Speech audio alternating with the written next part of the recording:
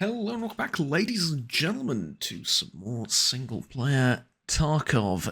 Today, I thought I was going to use a very different kind of weapon. That I wasn't going back to the Scar, that I was going to go with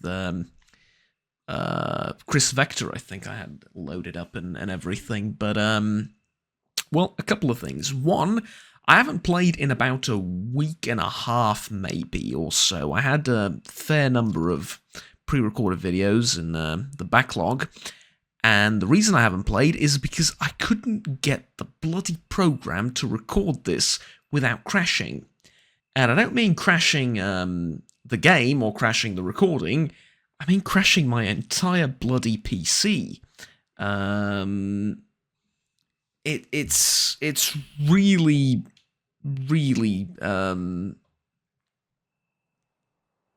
frustrating, I to put it mildly, right? So yeah, actually, oh, hold up, give me a second. Speaking of, though, I made some changes. I need to look at something really quickly. Okay, just had to tweak some settings, and I don't really want to show that because, well, you know, the whole legal issues behind whether I am allowed, what I'm allowed to show and what I'm not allowed to show, and so on and so forth. So I've updated something again. Something to do with the behavior of enemies and NPCs and quote-unquote player scavs and PMCs and all that good stuff. And I've also changed the encoder that I'm using to record this. So right now this is running under a completely different encoder, and I did some test recordings, and it's fine. It works fine. But to get to this solution, it was a long and winding road, basically. What exactly am I doing on Shoreline now? Probably something I should have checked before actually doing all of this. So I need to mark the first and second truck with the MS-2000 marker. Okay. Right, didn't know I need to do both. I thought I only needed to do one. Do I have two markers on me? I do, okay. If I can just mark the trucks, I'd be happy with that, to be honest with you. Because, well, you know.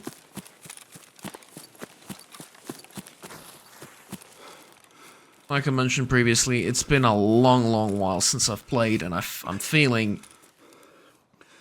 exceptionally rusty, especially when it comes to the eyes. I don't think I can spot enemies as well as I was able to when I played more actively every day.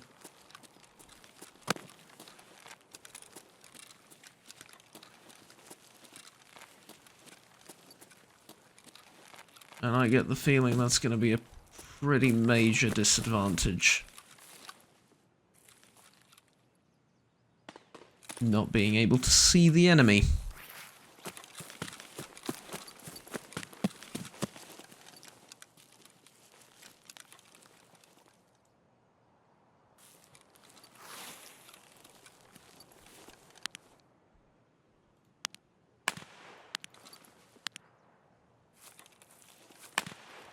Okay.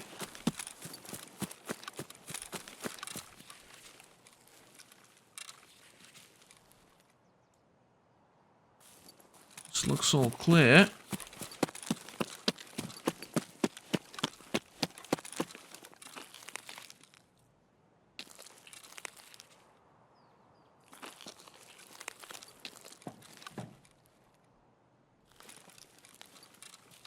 To keep quiet.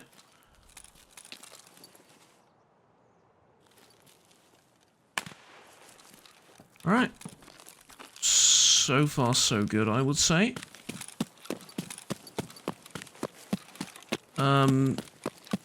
So I'll get to what I was doing to try and fix the OBS recordings in a little bit, but the main problem I have, or I've had rather, is that I've contacted OBS support, and it turns out that was a major mistake. And I don't mean to be rude to the OBS support. It's a free program, and the fact that you get any support with it is wonderful, considering you haven't purchased it, and, you know, it's all open source and whatnot.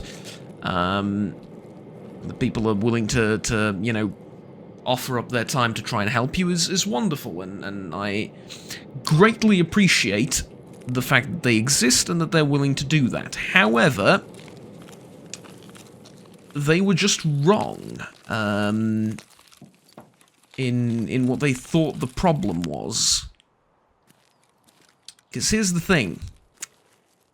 I was told that OBS as a program is constructed in such a way that it is not able, like, practically physically unable to crash your computer. It just cannot do that. And that it, you know, the chances of that happening are incredibly low. However, it can, as it turns out. The reason being, the reason I know that it can, is because I've done extensive testing with just OBS running, and with stress tests to my PC and all that good stuff. And I've figured that the only time my PC crashes is when I'm recording with OBS. No matter how much stress I put my system under, it will not crash unless I'm recording with OBS. And I've even done 30-minute stress tests, like, to the extreme, of like 100% usage of CPU, GPU, and RAM. Everything just stressed out to the maximum, and it would not crash.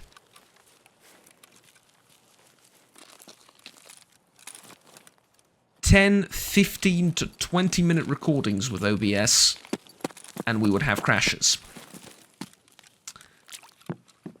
This... Can I maybe pick something up here? No. This did not seem right to me. And so I thought, you know what? It's bound to be OBS. I'm going to go and contact support. To which I was told I have a broken computer, basically. That most likely my GPU or my RAM needs to be returned to the producers, and that I need to get it refunded or change it or whatever, because it's broken and it is what it's causing the crashes.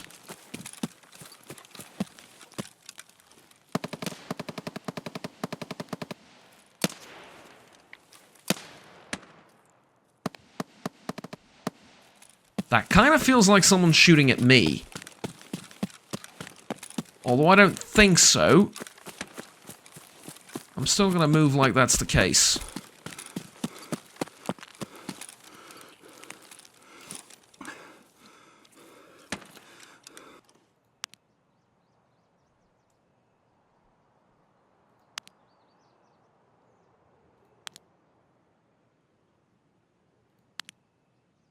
Nah, that was up there, wasn't it? Yep, that was up there. Alright, we're going to the truck that I need to mark. But then I said that if that's the case, wouldn't my computer crash in other scenarios as well? Like, I don't know, just playing games. And I've even played 4K games on this PC, and it didn't crash. Wouldn't it crash maybe when rendering videos? Because that's an extremely taxing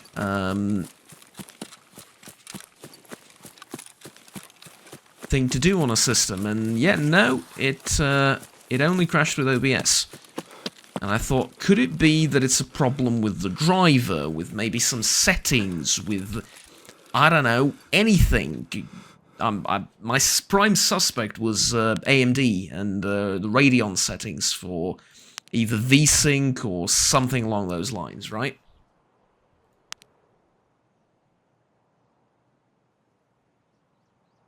Oh, that looked like a head for a bit.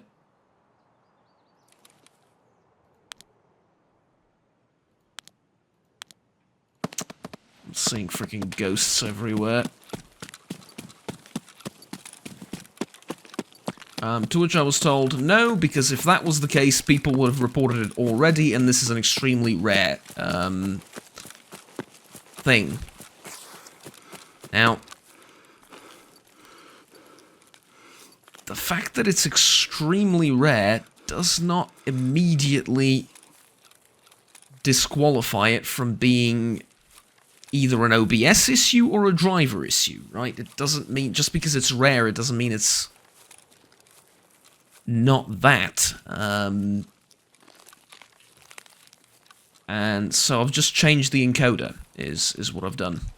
And I've tried using the A1 recorder, which works, but the problem is I can't render those videos, and I can't edit those videos in my editing software. And fair enough, most of the Tarkov videos don't need to be edited much. I just upload, I just occasionally cut some bits out, but mostly I do full raids on camera.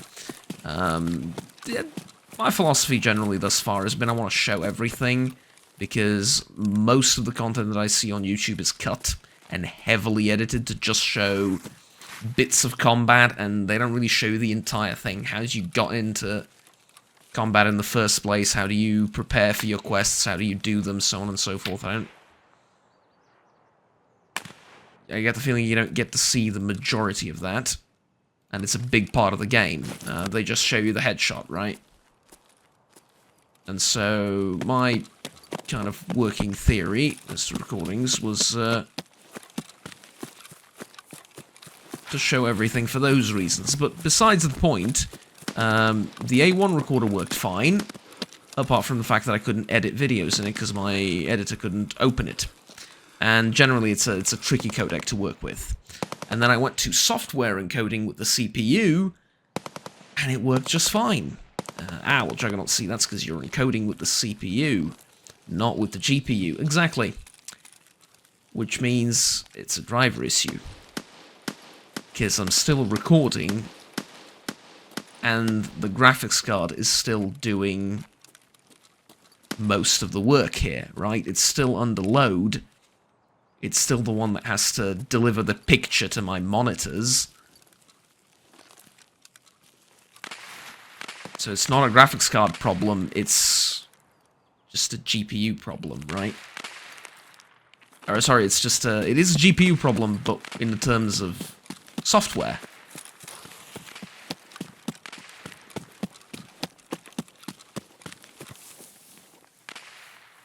And so, 120 meters, okay. And so that is how I got to the solution. And I'm here now able to record, but fixing that problem took a long while.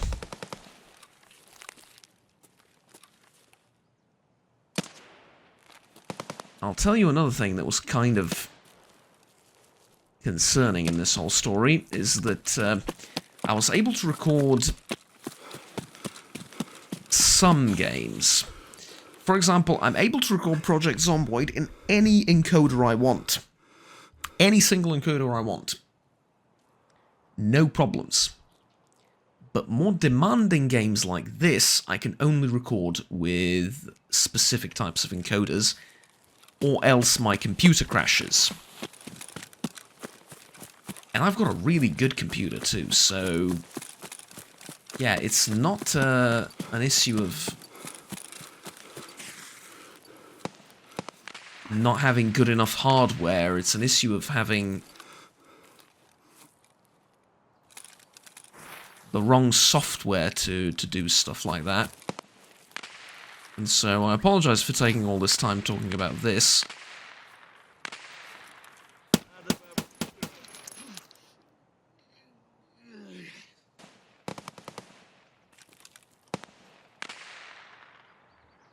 Boy, am I glad I heard you.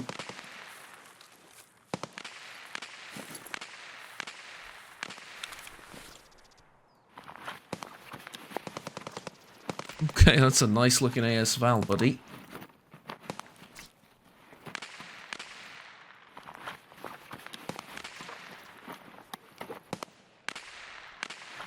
You didn't get a chance to loot much, but...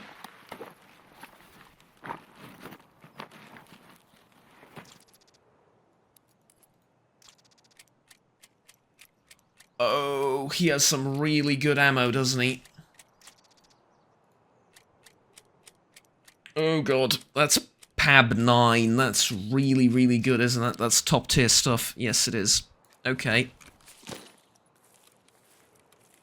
If he got a shot off, I'd be dead right now, just for the record.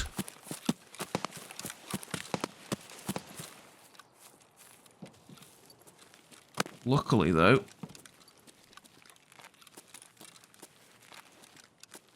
I'm familiar with this gun, and I'm still relatively quick on the trigger.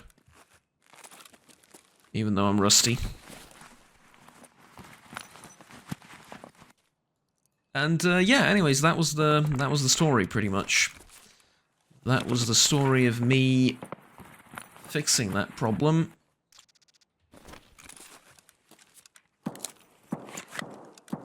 And getting sabotaged while trying to fix it. Again, I'm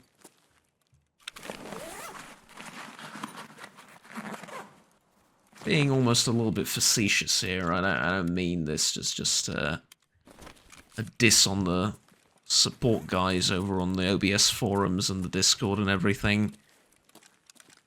But, you know.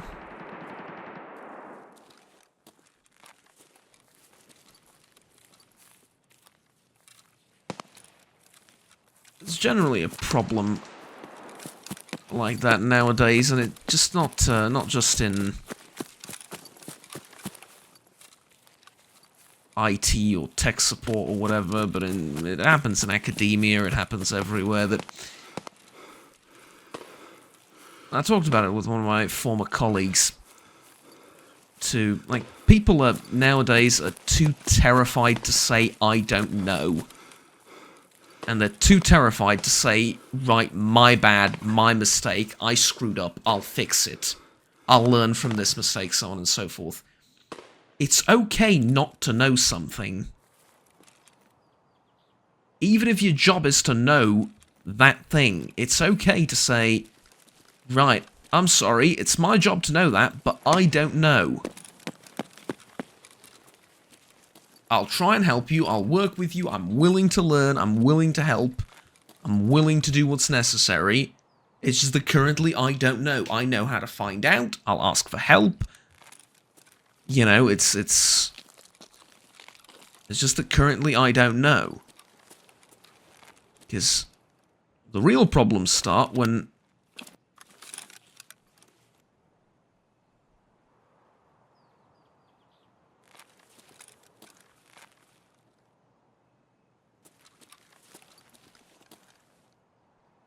There's people here.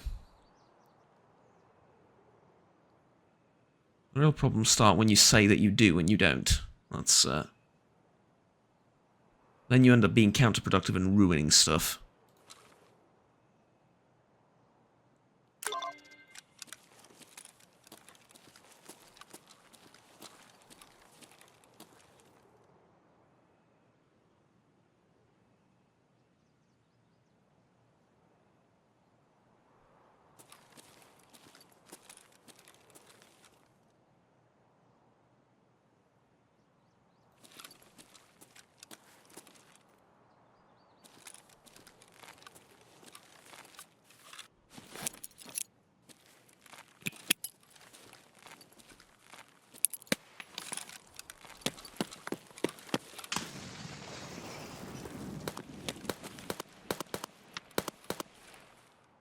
I wanted to throw it through the window, but...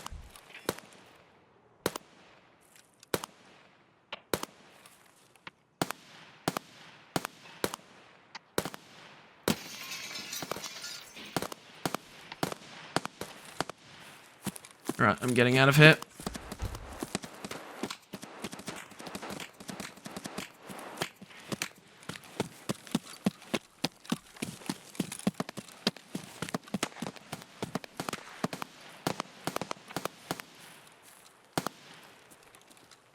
I stood up a real hornet's nest up there, didn't I?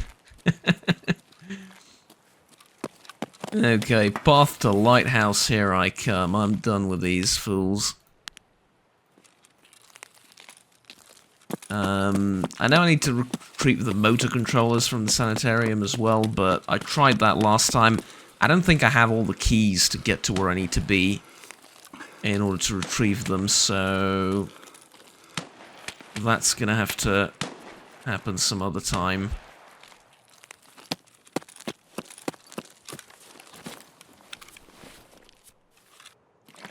Let's just drink this, this'll help get me to my destination.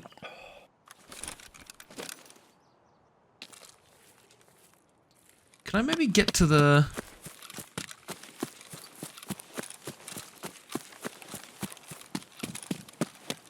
Nah, not really. I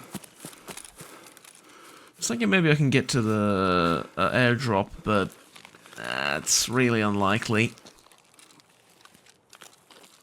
It looks close now, but it's just because it's so far away that it gives off the impression on the compass that it's actually close to the exit and to the path to the lighthouse, but it's not really, because the closer you get to one, the further you get to the other. Pretty much from here on out, more or less.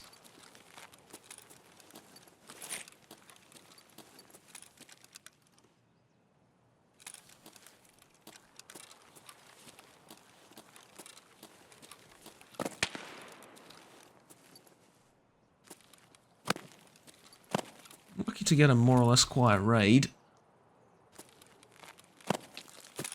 So I can just do my jobs and extract. I'm not really looking for any specific type of loot or gear at this point. You know, sure, I'll take some of the valuable stuff that I can find. You always need money, you always need some barter item that you don't have, but you know how it is. For the most part, I'm kind of set.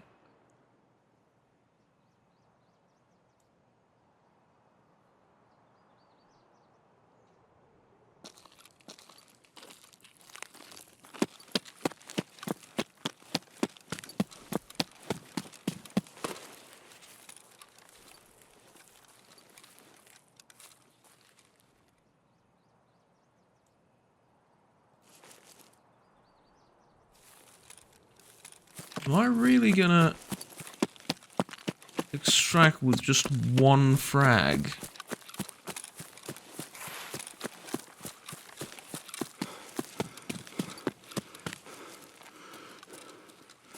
Oh, surely not, right? Yeah, we're gonna have to go for a...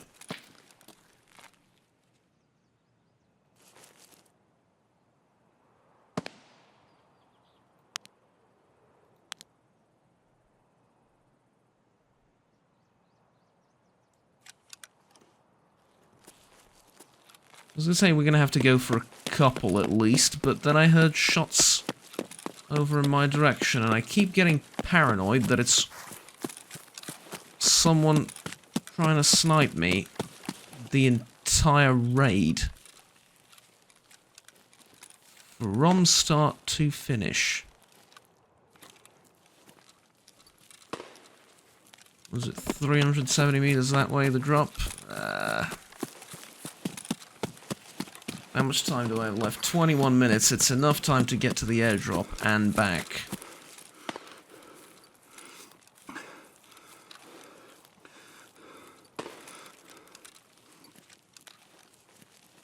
Fuck it, let's do it.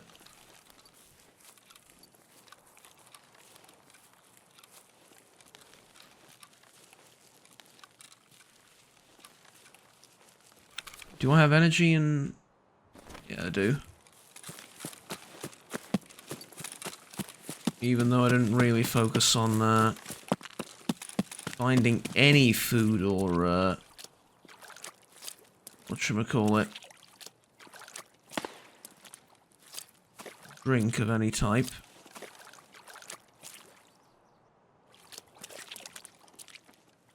Still have enough to get there and back. What was it? There and Back Again. The Tanith First. If you know, you know. It's Warhammer 40,000, the Sabbat Wars. A really, really fun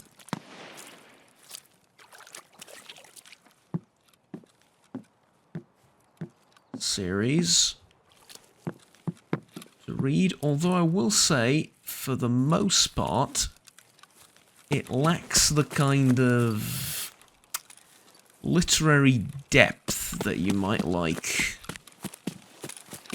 Although you could argue 40k is generally not something you read for literary depth, but fair enough, but still, you may have come to expect it from certain authors or whatever, even in certain types of science fiction and so on.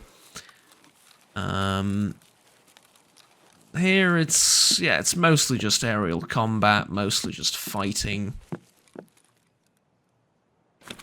and chronicles of the actual conflict, a little more than that. However, for what it is, it's really good. And I highly recommend it. I'll start off with the Sabbat War Chronicles. I listened to that audiobook, the whole thing. There's a series of short stories by various authors. Great stuff. And then I moved on to Double Eagle by Dan Abnett. And after that I'm going to go away from Dan Abnett onto some other author, I'm thinking. Because I don't want to listen to too much of the same style. You get sort of overly saturated with it, and you start to predict some of his tropes and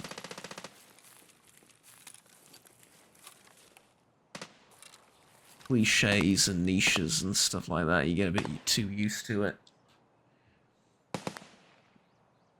Okay, wait for the stamina a little bit, but I don't see anyone here. Not really, so I'll take just one. I can't take both, I don't think.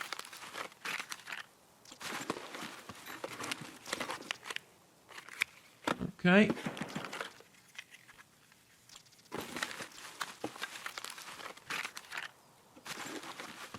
Contact force really good. Fuel's not bad either.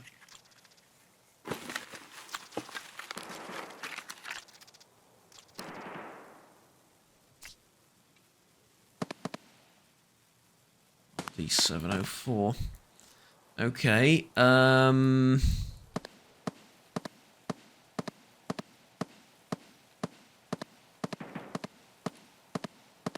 here's a question. I probably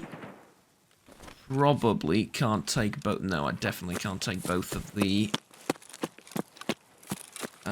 weapon, whatchamacallit, the weapon boxes. In fact, it's no guarantee that I can extract with just one of them. But I'm definitely not bringing back two. Tell you what though, that's alright. Unfortunately, not much in the way of food in that box, but I think I can make it on 40 energy for 350 meters or so. I should be able to make it out.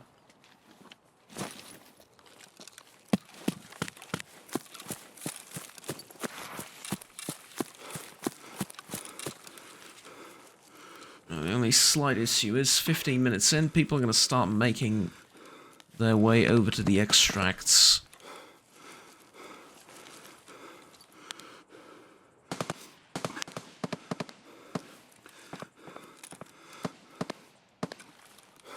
I'm gonna...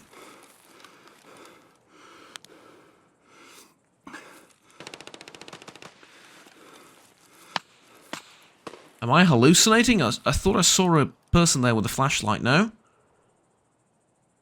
No, it's definitely just God rays and lighting coming in from the trees and shadows playing tricks on me. Yeah, definitely not actually, now that I think about it and I look at it a bit more.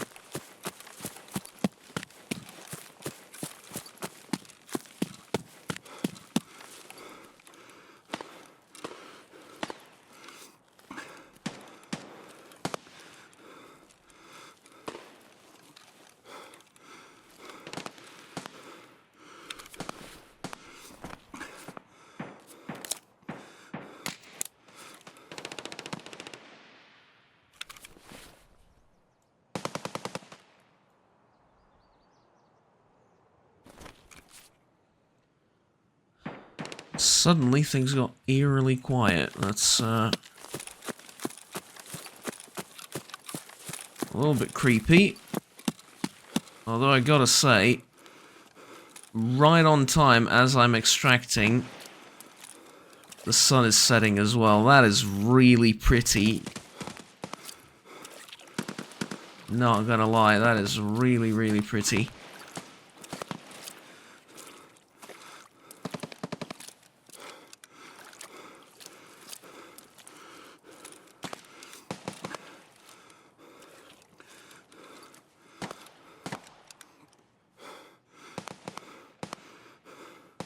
Let's wait here a little bit to recharge.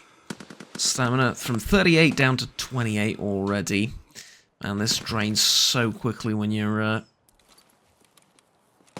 over capacity for weight.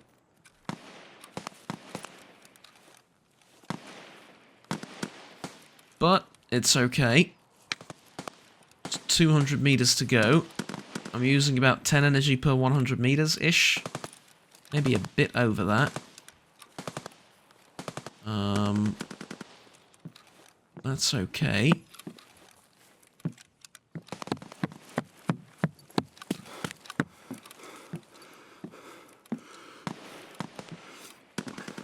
$150 meters to go. And given the size of the exfil, it's probably going to be a bit over 150, isn't it?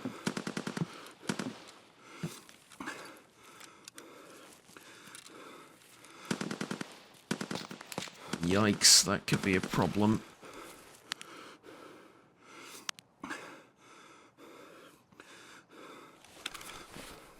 $23, and I have literally nothing to... Yeah, literally nothing, okay. Could have checked some of these houses around here, but... I feel like it's not going to be worth it. And sunsets in Tarkov are really, really pretty. Scary also, because, you know, reduced visibility.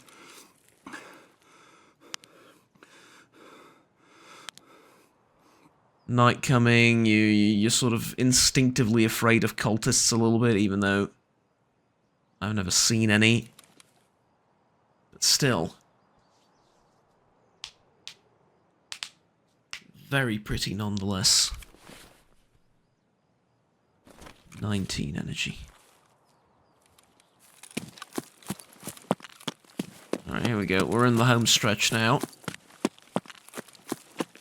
Less than 100 meters. And I'm gonna call that right there. We've made it. Alright. I will see you in the stash. No need to bother you with me crawling my way over to the exit over here, because nothing's gonna happen in the last 50 meters or so. Okay, so here we are. I've opened the sealed weapon case that we picked up, and this is what we got.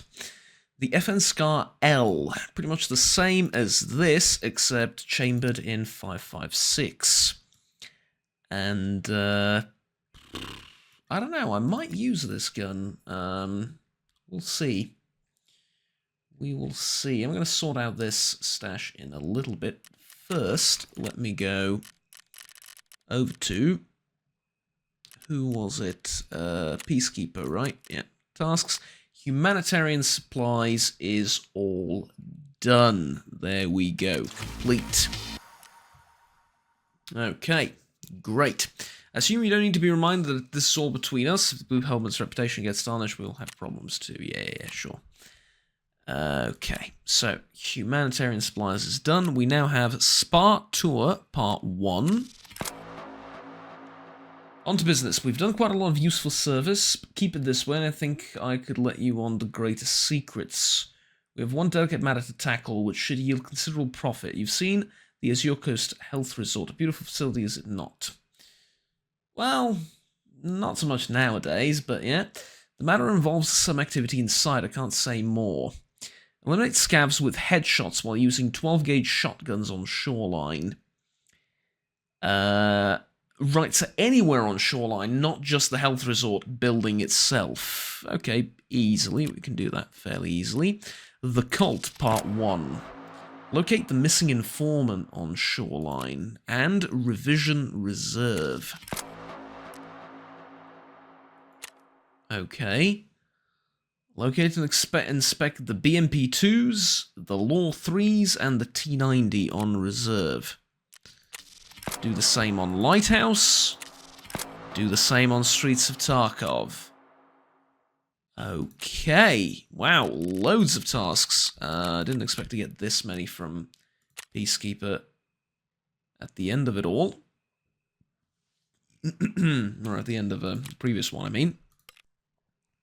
But let's get our reward for the stuff we've already done. That's going to be a couple of $100 and some weapon parts.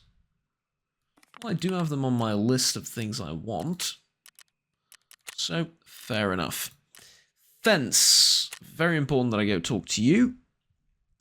Do you have anything of interest to me?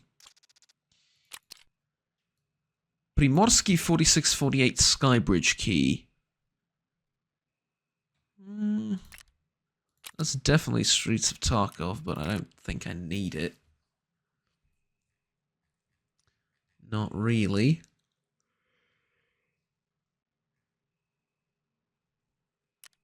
Yep, that's everything. I don't think I need any of these things. Right. Well, thank you very much, ladies and gentlemen, for your attention. Please do remember to like, subscribe down below if you enjoyed the video, and want to stay tuned with the rest of the series and the rest of the content that I produce on this channel. My name's been Juggernaut. Until next time, have fun, take care, and bye-bye.